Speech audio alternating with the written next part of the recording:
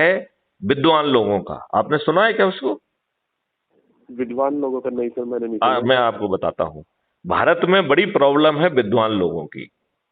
ये दुष्ट विद्वान लोग बेहद ही विद्वान हैं, लेकिन हद दर्जे के स्वार्थी खुदगर्ज लोग हैं। ये इन्होंने अपने छोटे से लाभ के लिए अपने माथे के ऊपर जो है ना इन राजनेताओं का चरण सेवक बना के रखा है। राज सत्ता में जो लोग बैठे हैं उनका चरण सेवक बना के रखा है। ये छोटे से लाभ के लिए इस देश को बेचने के लिए तैयार हैं।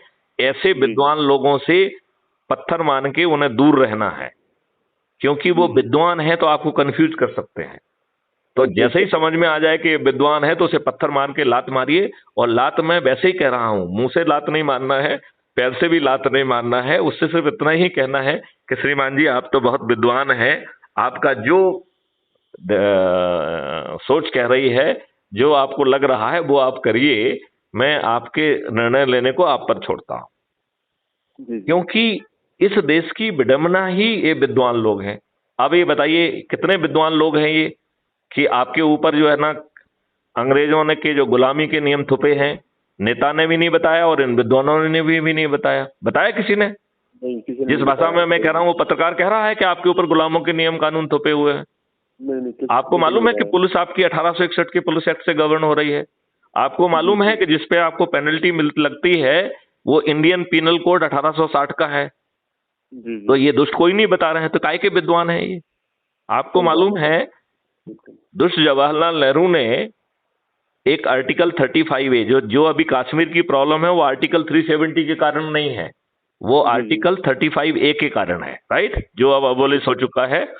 तो 35A नेहरू जी ने बिना संवैधानिक संशोधन की व्यवस्था को पालन किए, बिना उस प्रस्ताव को पार्लियामेंट में भेजे, बिना उस प्रस्ताव को कैबिनेट में चर्चा किए, इस व्यक्ति ने राजेंद्र प्रसाद के ऊपर दबाव बनाकर उसे संविधान में घुसेड़ दिया। जबकि संविधान में घुसेड़ने की ताकत हमारे राष्ट्रपति में सिर्फ एक ही परिस्थिति में है, जब जो है पार्लियामेंट संविधान के संशोधन का विधेयक पारित करे। जी। तो जब तक संविधान 365A जो 365 आर्टिकल है, जब तक उसकी प्रक्रिया का पालन करते हुए जो है संविधान का संशोधन नहीं करते हैं, तब तक कोई भी आर्टिकल नहीं घुस सकता है। जी। कोई भी संविधान में बदलाव संभव नहीं है। तो मैं ये इन विद्वानों से कह रहा हूं कि कितने धूर्त हैं। अपने छोटे से लाभ के लिए उन्होंने देश के नेताओं को, देश को बताया क्या कि ये फर्जी कर लिया गया है? आपको मालूम है आपके प्रथम एजुकेशन मिनिस्टर ने आपकी पूरी जो है ना हिस्ट्री बदल दी। तो इन दुष्ट विद्वानों ने बताया आपके कि आप जो हिस्ट्री पढ़ रहे हैं वो फर्जी हिस्ट्री है, अर्ध सत्य है, पूरा सत्य नहीं है। आपकी जो अच्छा इतिहास है उसे छुपा लिया गया है। जिसने आपके साथ दुष्टता की, बदमाशी की, मक्कारी की, उसको महान कहा गया है। बिल्कुल सही बात है। जिसने जो है ना आपकी हत्याएं की, आपकी महिलाओं के साथ बलात्कार किया, आपकी महिलाओं को बेचा, उसके नाम पे शहरों के नाम हो गए औरंगाबाद और फलानाबाद। क्या दुष्टता है? तो ये जो विद्वान लोग हैं, ये इनकी विद्वत्ता सिर्फ अपने इनके खुद के लाभ के लिए है। जी। ये अपने लाभ के लिए किसी का पट्टा जो है ना अपने माथे पे लगा के घूमते हैं। ये किसी भी राजनेता के चरण सेवक बनने के लिए तैयार हैं। ये किसी भी उसके जो है चरण सेवक बने हुए हैं व्यवस्था में बैठे लोगों के। ये दुष्ट लोग सिर्फ अपने लाभ के लिए जीने वाले प्राणी हैं। ये देश के लिए किसी काम के नहीं है। ये तो पत्थर से भी गए बीते हैं। बिल्कुल। ये बात मान रहे हो? तो क्राइम फ्री भारत मिशन ने जो है ना 140 करोड़ में केवल 100 का ही वो रखा है, राइट। तो 40 करोड़ विद्वानों को डिस्काउंट करने के लिए छोड़ दिया गया है। ठीक है। तो आप विद्वानों को आप छोड़ देंगे तो फिर आपकी समस्या खत्म हो जाएगी। अब जो एक दूसरी प्रॉब्लम कई लोगों ने मुझे बताई है कि साहब आज के दिन कोई ना कोई किसी का अंधभक्त बना हुआ है, राइट। तो मैंने कहा भाई इन अंधभक्तों को मिल क्या रहा है, राइट। जी। तो आज का राजनेता जिन कार्यकर्ताओं के कारण राजनेता बना है वो कितना दुष्ट प्राणी है। जिन कार्यकर्ताओं ने पुलिस की लाठियां खाई, जुलूस निकाला, धरना दिया, पिटीशन दी, आम सभाओं के लिए भीड़ इकट्ठी की, इनके पोलिंग बूथ पर ड्यूटी की, पोलिंग में जो है ना लोग वोट डाल दें उनके पार्टी के फेवर में, तो उन्हें घर घर जाके बाहर निकाला, उन्हीं कार्यकर्ताओं को इन दुष्ट राजनेताओं ने नजरअंदाज किया, उनको ह्यूमिलिएट किया और टिकट उनकी जगह पे अपराधियों को, बाहुबलियों को, दल बदलुओं को और अपने नेताओं के बच्चों को दे दिया, उनका हक मार के। दे दिया कि नहीं दे दिया? बिल्कुल दे दिया, सही बात। तो कितने दुष्ट हैं। अब आप ये बताइए कि आपका कार्यकर्ता जो है ना, आपकी मेहनत से लगा है, जितने सारे काम मैंने बताया उसमें वो कर रहा है, अब आपने एक दल बदलू को टिकट दे दिया। अब उस कार्यकर्ता का आप मनोभाव देखिए, वो क्या करे। कल जिनके जो है ना पोस्टर फाड़ता था, उन पे कालिक पोतता था, जिनकी भर्त्सना करता था, आज आपने चूंकि उसको टिकट दे दिया है तो वो उन्हीं के लिए दरी बिछाने के लिए बेबस है, उन्हीं के लिए कुर्सियां लगाने के लिए बेबस है, उन्हीं के जो है ना होर्डिंग लगा रहा है। तो जो आम जनता जब देखती है तो कार्यकर्ताओं पे हंसती नहीं है कि देखो साला बिजू का। बिल्कुल सही बात है। तो वो कितना बेबस प्राणी है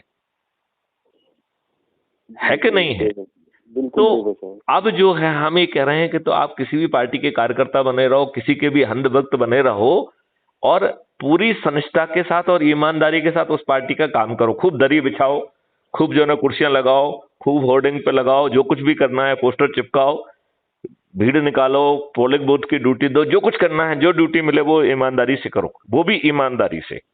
मेरा कहना है कि साथ में क्राइम फ्री भारत मिशन से भी जुड़ जाओ। क्राइम फ्री भारत मिशन कोई पॉलिटिकल पार्टी नहीं है, ये तो मिशन है, राइट।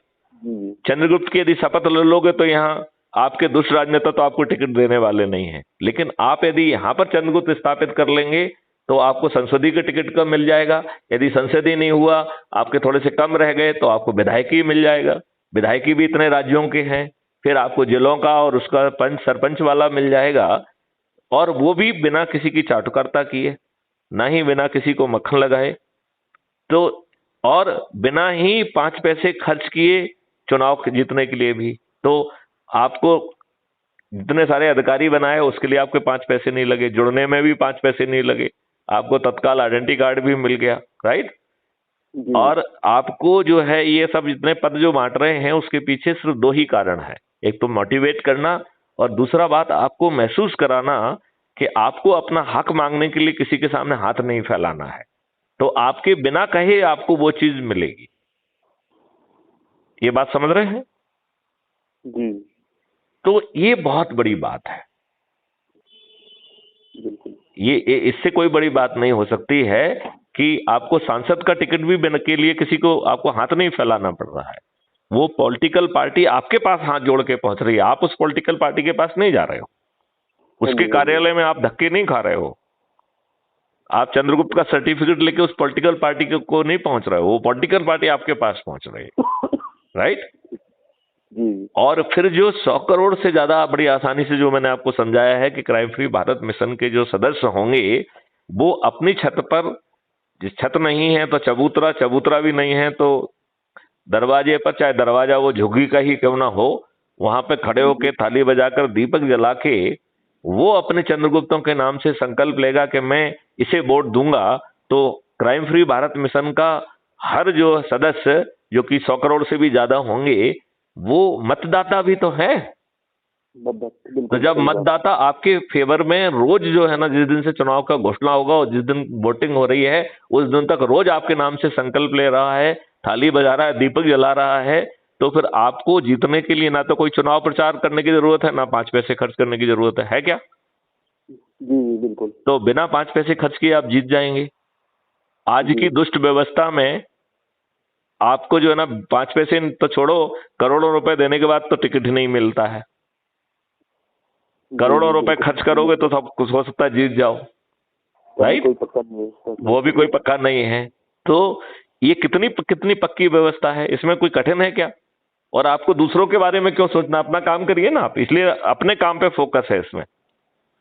आपको तो उस पॉलिटिकल पार्टी के बारे में भी नहीं सोचना है, वो अपने आप आपके पास पहुंचेगी। आपको तो मैथिली शरण गुप्त के बारे में भी नहीं सोचना है, मैथिली शरण गुप्त सब काम आपका जो है ना अपने आप सुनिश्चित कराएंगे, इंक्लूडिंग जिताने का। तो इसके बावजूद भी यदि आप चंद्रगुप्त बनने की सोच नहीं रखते हैं और इसके बावजूद भी आप अंधभक्त बन के और उनकी दरी बिछाना चाहते हैं, और इसके बाद में बगल में एक option crime free Bharat mission से जुड़ने का है, और वो भी यदि आप नहीं लेते हैं तो ये आपका दुर्भाग्य नहीं है क्या? जी जी बिल्कुल है। आपने एक रामायण की चौपाई सुनी होगी, जाको प्रभु दारुण दुख देही, ताकि मति पहले हर ले ही। तो ऐसा नहीं लगता है कि हमारे दुख का कोटा पूरा नहीं हुआ है, अभी हमें और लाते जूते खाना है? बिल्कुल बिल्कुल सही बात। तो आपकी ऊर्जा को मैं बढ़ा पाया? बिल्कुल। बढ़ पाई है थोड़ी बहुत ऊर्जा? बिल्कुल, मेरी तो बढ़िया ही थी जी। मैं तो पहले से ही मतलब मेरे को तो ना